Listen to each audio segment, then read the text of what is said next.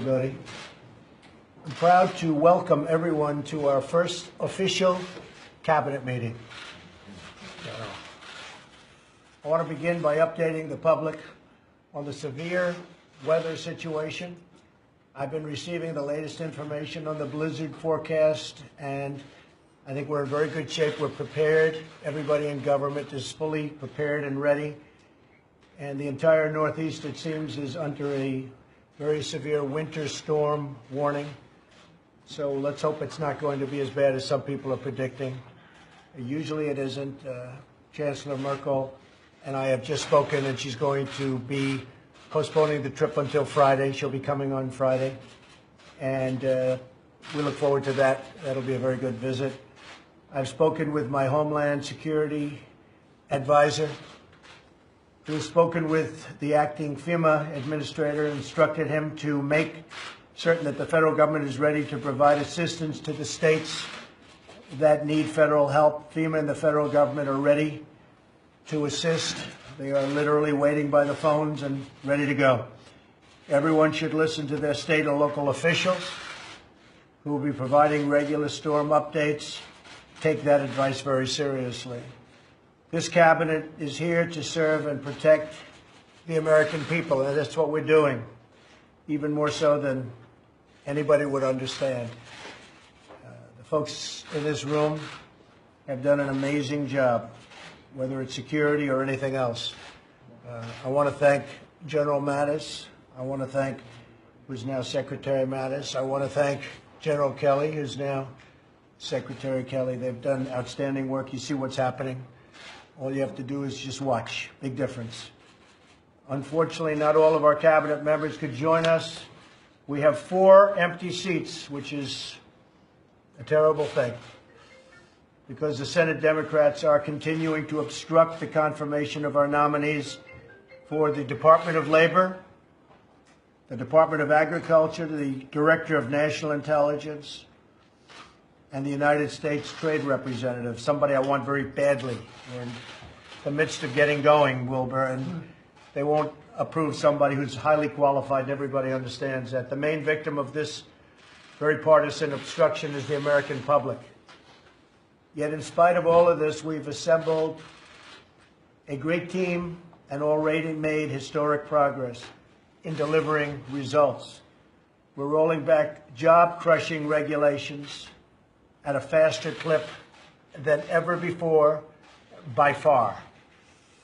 And we're seeing companies like Exxon, Walmart, Intel, Ford, Fiat Chrysler, and so many others announcing that they will keep and create tens of thousands of jobs in the United States.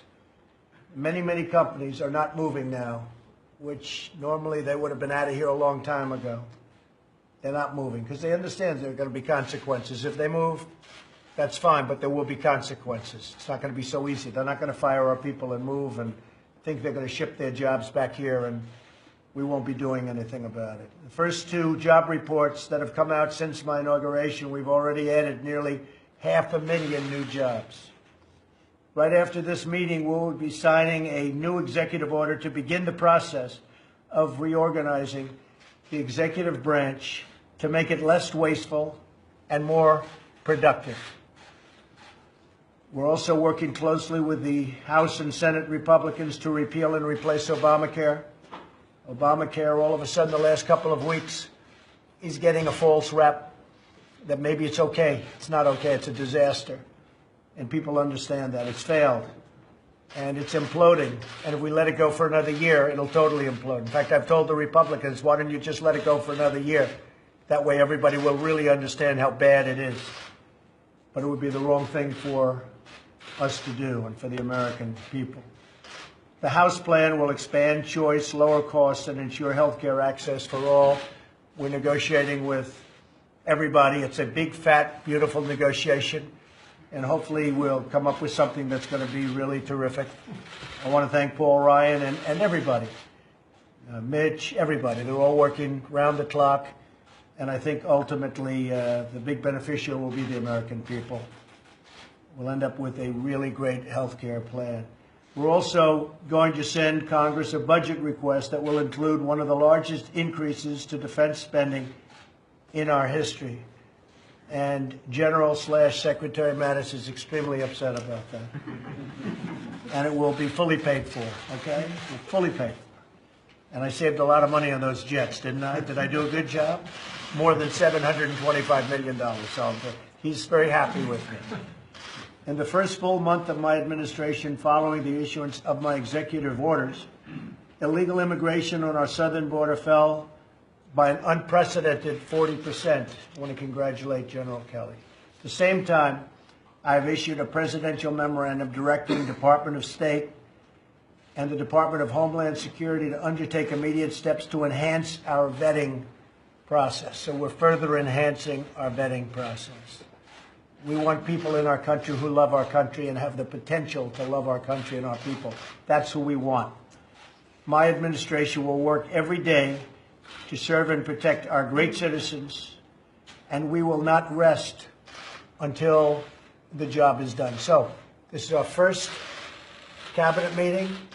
I hope this is going to be a historic cabinet meeting, historic in the sense that we're going to do a fantastic job for the American people, for our country, and for the future of our country. So thank you all very much. We'll see you later. Thank you.